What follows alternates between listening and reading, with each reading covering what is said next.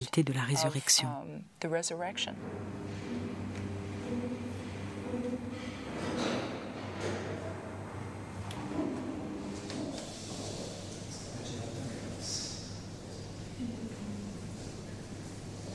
Une trentaine d'années avant la rédaction de l'évangile de Matthieu, dans une de ses lettres, l'apôtre Paul dresse la liste de ceux qui ont vu Jésus leur apparaître. Et en tête de cette liste, Simon, appelé Pierre.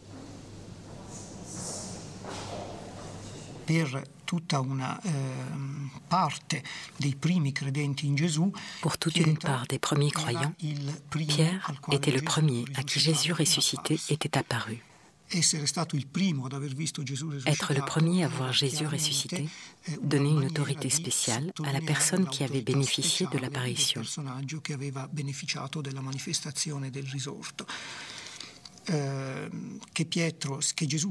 La première apparition de Jésus à Pierre est évoquée par Paul dans le plus ancien document sur les apparitions, au chapitre 15 de la première épître aux Corinthiens. Paul dit que c'est la tradition qu'il a lui-même reçue. Et s'il l'a reçue pendant sa formation de disciple, cela nous mène aux années 30. Donc, c'est une tradition qui daterait des premières années après la mort de Jésus.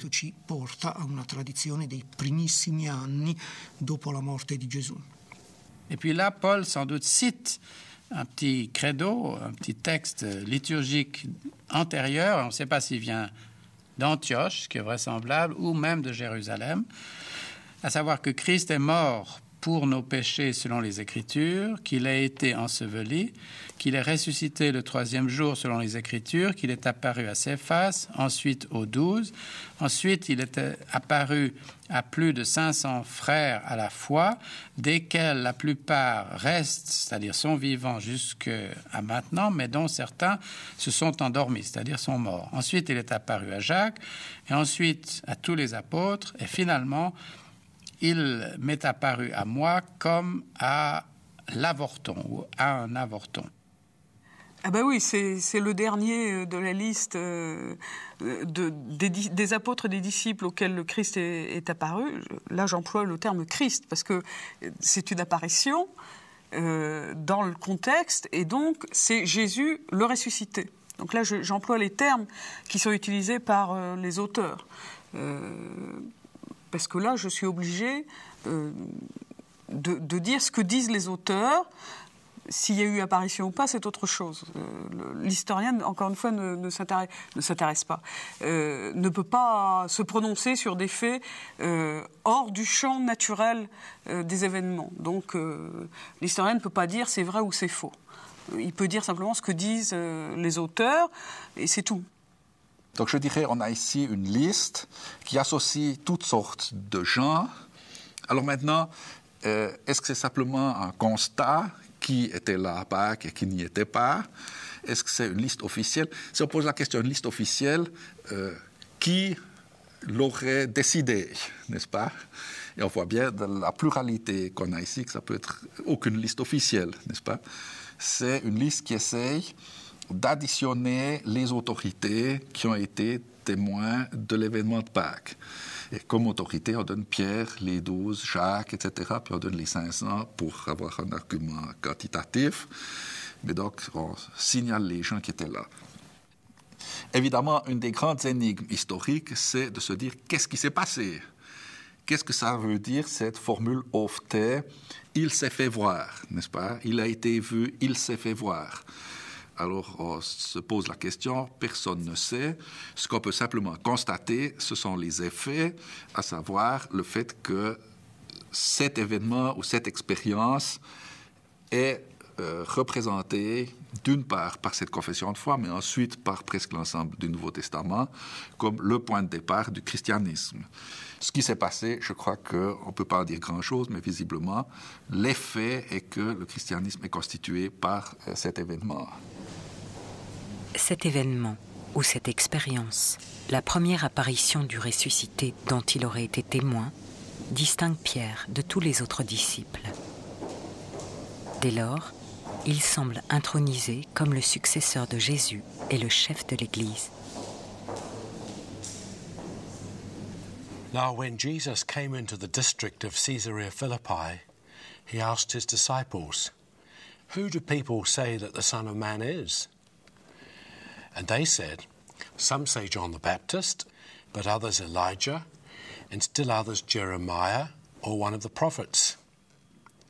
Jesus said to them, "But who do you say that I am?" Simon Peter answered, "You are the Messiah, the Son of the living God." And Jesus answered him, "Blessed are you, Simon, son of Jonah, for flesh and blood has not revealed this to you, but my Father in heaven. And I tell you, you are Peter, and on this rock I will build my church, and the gates of Hades will not prevail against it. I will give you the keys of the kingdom of heaven, and whatever you bind on earth will be bound in heaven, and whatever you loose on earth will be loosed in heaven."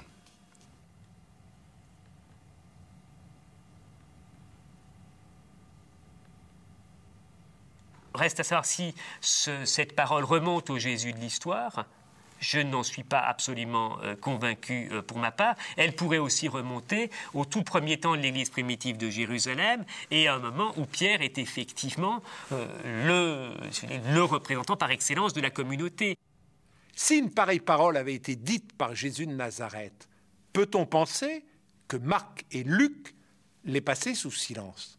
C'est absolument impensable. Simplement, Matthieu 16, 18 suppose que la communauté a un seul fondement, en l'occurrence, c'est Pierre.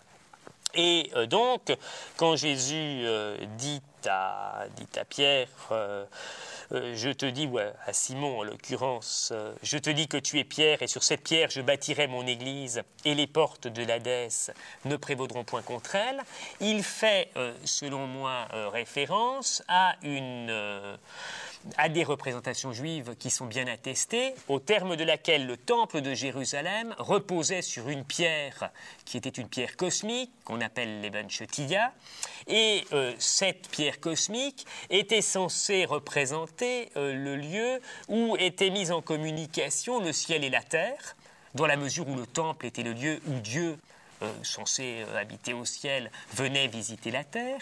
Et donc, cette pierre était située, si on veut, à la jonction entre les mondes. Et en disant à Pierre, tu es Pierre, et sur cette pierre, je bâtirai mon église, Jésus recourt à une symbolique qui était associée au temple, ou en tout cas le Jésus matin recourt à une symbolique qui était associée au temple, et l'associe à Pierre.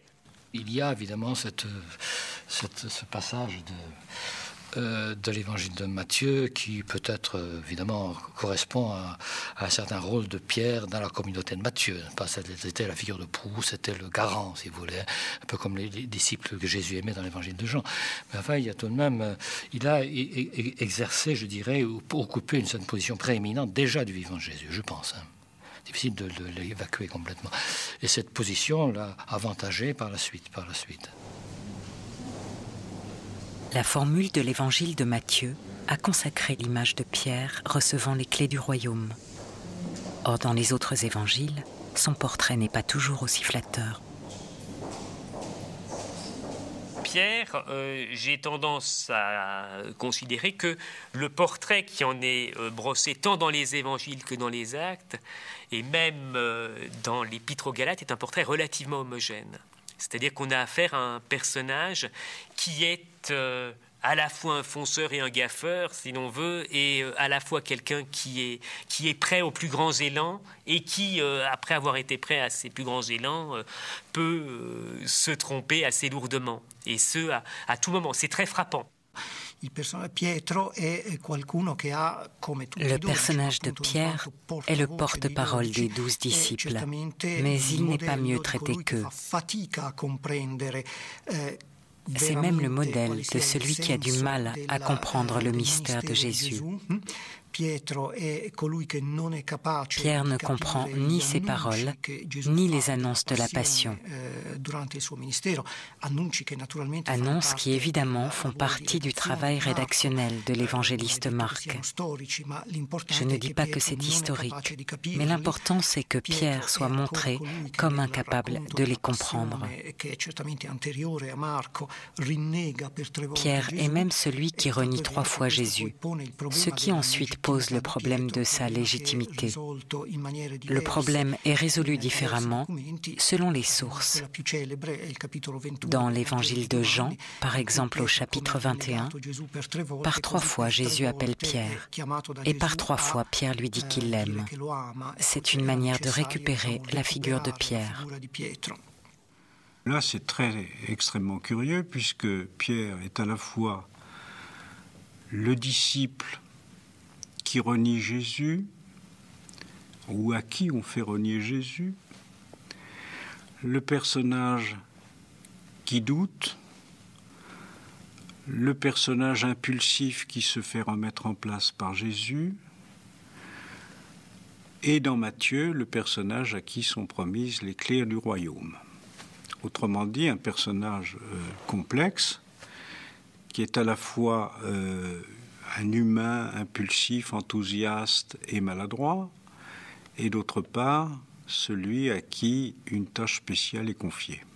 Et il a été utilisé comme ça par la tradition, d'ailleurs. Ça n'a pas gêné la tradition. C'est que la tradition n'idéalise pas les figures de disciples. Et je pense que Pierre a illustré un comportement qui est finalement un comportement tout à fait commun de la part des croyants. Et c'est d'ailleurs une des forces des évangiles d'offrir à l'identification des lecteurs des personnages qui n'ont pas toujours tout juste. Je veux dire, Pierre est un personnage qui, à certains moments, échoue lamentablement. So we have a whole series of portraits of Peter. Donc on a toute une série de portraits de Pierre. Parfois, il est utile d'avoir plusieurs portraits d'une personne, car on peut ainsi avoir une vision plus générale de qui était cette personne. Mais pour passer de portraits multiples de Pierre à une photographie unique, si l'on veut, c'est beaucoup plus difficile.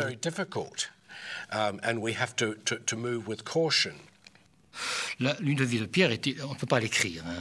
On peut écrire une vie de Paul, encore c'est pas facile, mais enfin il y a quand même les apôtres, il y a ses lettres. Écrire une vie de Pierre je crois que c'est un cul-de-sac. Oui, si on voulait unifier toutes les images que les textes néo-testamentaires donnent de Pierre, on arriverait certainement effectivement à une espèce de portrait psychologique de bas étage, en tous les cas de mauvaise qualité. Il faut éviter de le faire. Je crois qu'il faut prendre les textes pour ce qu'ils sont les uns à côté des autres et non pas faire un empilage pour en tirer un portrait psychologique d'un Pierre qui serait à la fois impulsif et inconstant, qui serait celui qui reconnaîtrait, comme dans Matthieu chapitre 16, que Jésus est le Christ, le Fils du Dieu vivant, à qui sont attribués les pouvoirs de lier, de délier, donc de délivrer ou non des péchés. Celui qui, en même temps, quelques versets plus loin, remet Jésus en place à propos de l'annonce de sa mort et à qui Jésus est obligé de dire « Marche derrière moi, Satan », on arriverait effectivement à ce type de personnage qu'on présente assez facilement sous cette forme-là, c'est-à-dire qu'on fait presque une théologie une psychologie de Pierre comme on fait une théologie du Nouveau Testament.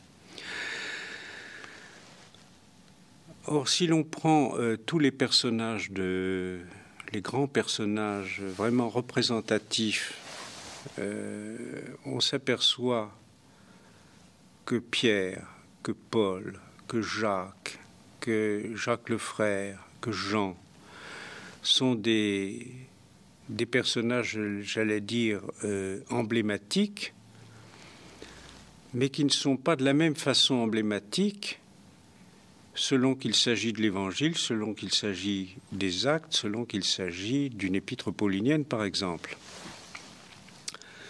Et si l'on prenait